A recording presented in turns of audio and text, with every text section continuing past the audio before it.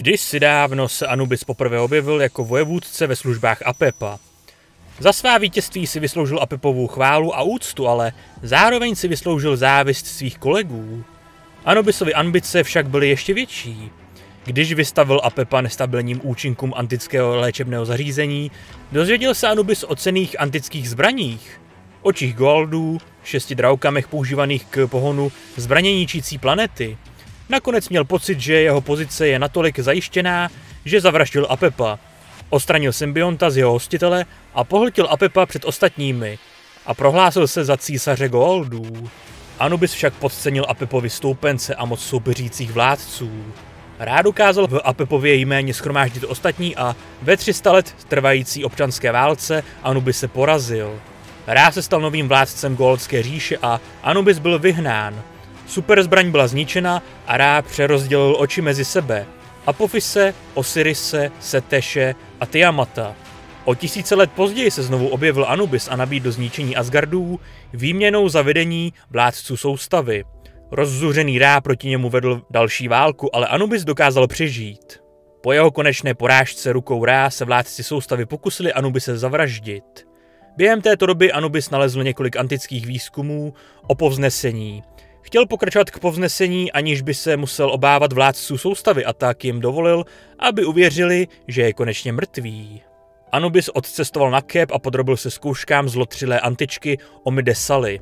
Poté, co Anubis prošel zkouškami a oklamal jí, došla Oma k závěru, že Anubis je hoden povznesení.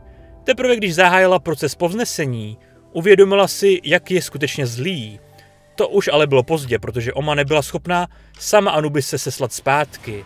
To donutilo ostatní, aby tak učinili, ale ti byli frustrovaní z toho, že Oma opakovaně porušovala pravidla o nevměšování se a rozhodli se jí potrestat tím, že nechali Anubise částečně povzneseného, schopného využít všech znalostí, které mohl získat jako Goa'uld. Vzali mu však některé znalosti, které získal během svého povznesení, například polohu Atlantidy a Sangrealu. Danielovi tyto znalosti také chyběly, takže je možné, že ostatní skrývali řadu věcí i před všemi ostatními, kteří se vrátili na nižší úroveň.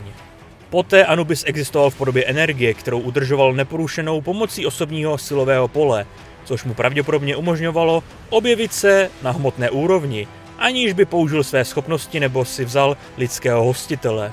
Nosil také černý plášť a kápy, aby byl ještě více viditelný. Někdy před svou porážkou v bitvě o Antarktidu se Anubis pokusil vytvořit vyspělého člověka s vlastní replikovanou DNA z doby před povznesením. Pokročilý člověk, zvaný Kejlek, měl vysoce vyvinuté schopnosti a genetickou paměť Anubise, což naznačovalo, že měl být novou formou vojáka. Existovala také teorie, že Anubis, kterému se nelíbilo, že ho ostatní uvěznili v meziúrovni existence, se snažil Kejleka plně povznést prostřednictvím evoluce. Zabránit tak zásahům ostatních a vytvořit první z armády povznesených bytostí, která by zničila antiky. Naštěstí mu to SG-1 přikazala a laboratorní planeta byla v karanténě díky programu, který Samantha Carterová zavedla ve Hvězdné bráně. Po Apophisově a Kronosově smrti se Anubis opět začal prosazovat mezi Goa'uldy. Přivedl si do svých služeb mnoho poddaných, například zdiskreditované Goa'uldy, jako byl Osiris a Tot, a novější Goa'uldy, jako byl Zipacna a Tanis. Použil svou vyspělou technologii štítů, aby donutil Tolány poskytnout mu novou zbraň s fázovým posunem, aby mohl bombardovat SGC. Tolán na Rim je však zničil, což způsobilo, že Anubis Tolánu vymbombardoval z orbity. Když se sešla nejvyšší rada vládců soustavy, Anubis k nim poslal Osirise jako svého vyslance a požadoval, aby mu bylo navráceno jeho původní postavení vládce soustavy. Přes námitku Lorda Ti byl Anubis navrácen do hodnosti vládce soustavy poté, co slíbil, že zničí Zemi asteroidem z Nakadahu. Ve stejné době Anubis při hledání symbiontového jedu Tokrů násilím získal od jednoho z agentů polohu základny Tokrů a nařídil svému podřízenému Zipacnovi, aby na základnu zaútočil. Tento cíl se nezdařil, ale vedl k vyhlazení prakticky všech Tokrů na Revaně. Někdy po bitvě u Revany Anubis opět obrátil svou pozornost k Tauri a vypustil asteroid s Nakadahem, aby zničil Zemi. SG-1 se podařilo útok včas odhalit a odvrátit jej. Nakonec se Anubis cítil dostatečně bezpečně, aby se Asgardům postavil a byl schopen s nimi bojovat pomocí svých štítů, a modifikacích děla, i když jen v přísně omezeném počtu a s momentem překvapení. Tímto způsobem zajal Thora, velitele lodi vyslané, aby ho zastavil, a na zajatého Asgarda použil myšlenkovou sondu, aby zjistil všechna jejich tajemství. SG-1 zachránila Thora a přílet 3 lodí třídy O'Neill donutilo Anubise ustoupit, ale ne včas, aby mu zabránili získat znalosti o galaktických transportérech a hologramové technologii. Anubis si myslel, že konečně dosáhl vyšší technologické úrovně a porozumění, která se vyrovná Asgardům, a protože ti byli zaneprázdnění v jiné galaxii bojem s replikátory, mohl se soustředit na budování svých armád a rozšiřování svého území. Aby se vypořádal s rostoucí hrozbou Taury, použil k pokusu o zničení země hvězdnou bránu a s typickou galatskou arogancí se zjevil ve velitelství hvězdné brány jako hologram a oznámil jejich blížící se zánik. Plukovník Jack O'Neill však použil prototyp hyperprostorové stíhačky X-302 k transportu beta brány do vesmíru, zatímco Teal'c, Braytak a Rajak současně zničili útočící zbraň. Anubis postavil novou mateřskou loď nesoucí mocnou superzbraň poháněnou 6 očima, z nichž 5 již vlastnil. Vydal se na Abydos, aby získal Ráovo oko, poslední ze 6, ale SG-1 našla artefakt dříve, než si ho mohl vyzvednout. Ve stejné době se Lordu Ti konečně podařilo přesvědčit ostatní vládce soustavy, aby se spojili proti Anubisovi. Když flotila Hataků dorazila k Anubisově lodi, vyjednal povznesený Daniel Jackson s Anubisem dohodu.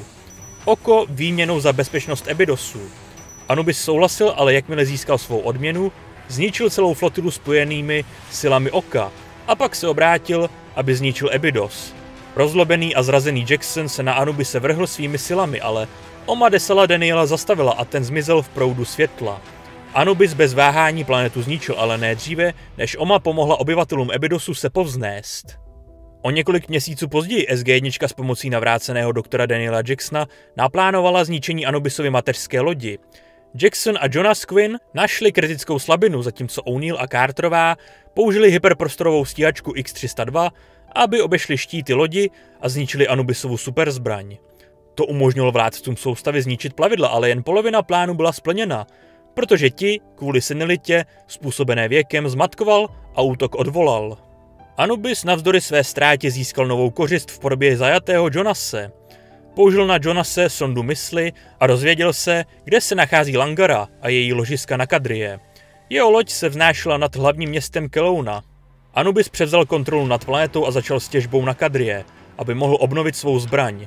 Nakadria se však ukázala být příliš nestabilní na to, aby jeho poručík dokázal kompenzovat a protože se Jaffům podařilo nalézt několik datových krystalů obsahujících výzkum minerálů, které by mu umožnily Nakadrii použít, informace získala SG-1 zpět.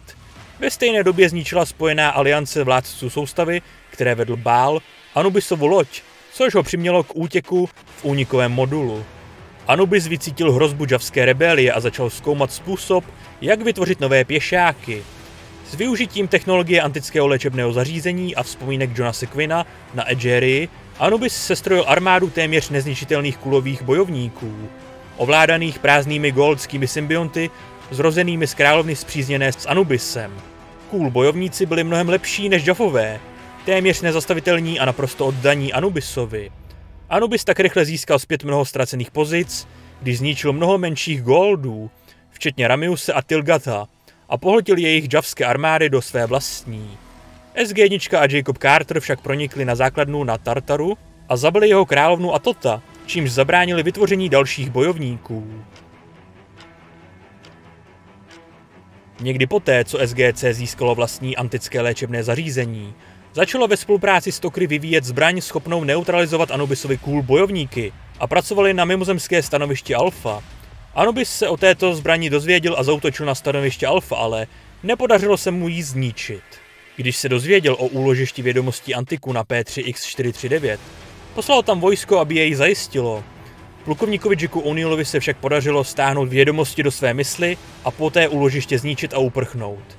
Za trest nechal Anubis 2 ze svých kůl bojovníků popravit javského velitele a stráže, kterého zklamali. V domnění, že Taury vlastní antickou technologii a znají polohu ztraceného města Antiků, zaútočil se svou flotilou na zemi. Objevil se v Bílém domě u prezidenta Henryho Hayese. Požadoval kapitulaci země a tvrdil, že je jejich bohem, ale Hayes se nenechal zastrašit a slíbil boj až do samotného konce. Anubis se později pokusil oklamat SG-1, aby si myslela, že se na antickou základnu dostal jako první, ale O'Neill, který měl znalosti antiků, tuto iluzi snadno prokoukl. Brzy poté byl Anubis zřejmě zničen střelami ze základny. Jeho nehmotná podstata však výbuch mateřské lodi přežila. Odletěl na mezinárodní vesmírnou stanici, zmocnil se těla kosmonauta Anatolie Konstantinova a vrátil se na Zemi. Poté Konstantinova opustil a vstoupil do plukovníka Alexeje Vasilova, který odjel do SGC. V SGC se pokusil přesvědčit brigádního generála Jacka O'Neilla, aby mu dovolil projít bránou, ale neuspěl. Přesunul se od Vasilova do Jacksona, který se připravoval na odchod mimo Zemi. O'Neill ho zastavil, protože se domníval, že za Vasilovo zhroucení může nákaza. V Danielovi si Anubis vzal člověka jako rukojmí, aby donutil SGC otevřít bránu. O'Neill ho střelil do ruky a tyl k zakňaktelem. Zatímco byl Daniel na ošetřovně, Anubis se zmocnil poručíka Evanse a letce Malcolma McCaffreyho. V McCaffreym se znovu pokusil použít bránu, ale byl opět střelen zakňaktelem. Anubis opustil McCaffreyho a utekl. Když se SGC dozvědělo o přítomnosti nepřítele a uzavřelo 3 sekce, aby zabránilo jeho pokusům o útěk, vstoupil Anubis do plukovníka Carterové a napsal program, který odemkl dveře a vytočil bránu na dálku. Propustil ji, zmocnil se O'Neilla a pomocí něj nařídil majorovi, aby mu pomohl nastavit autodestrukci.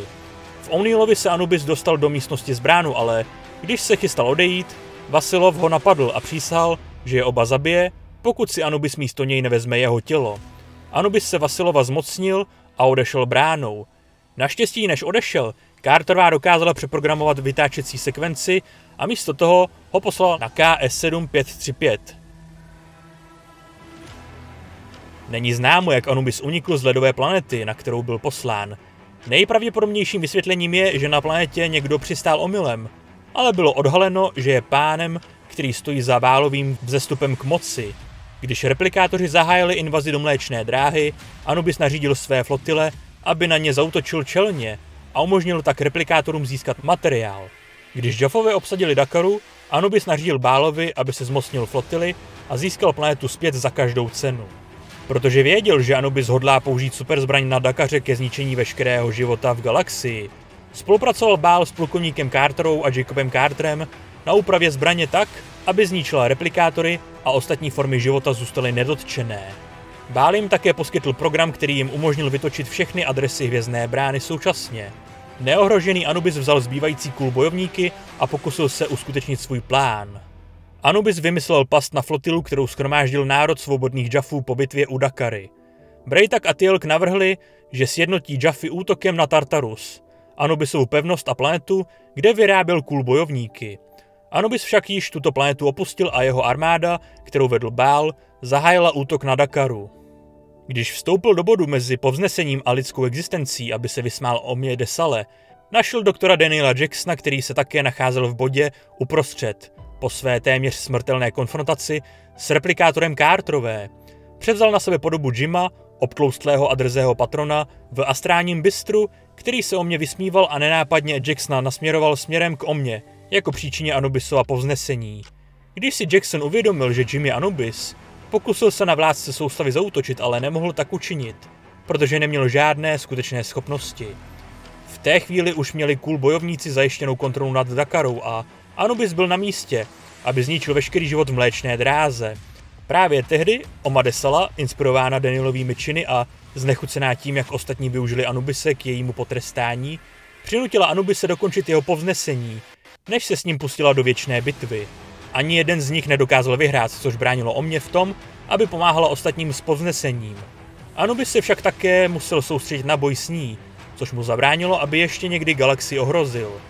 Okamžik, kdy se Oma postavila Anubisovi, byl jediným okamžikem, kdy ostatní reagovali na cokoliv, co se v astrálním bistru dělo. Zatím není jasné, zda to byla práce ostatních, kteří zastavili odpočítávání autodestrukce SGC nebo něco jiného po odstranění Anubise Omou. Tak toto byla celá historie a život Anubise, jednoho z nejnebezpečnějších vládců soustavy.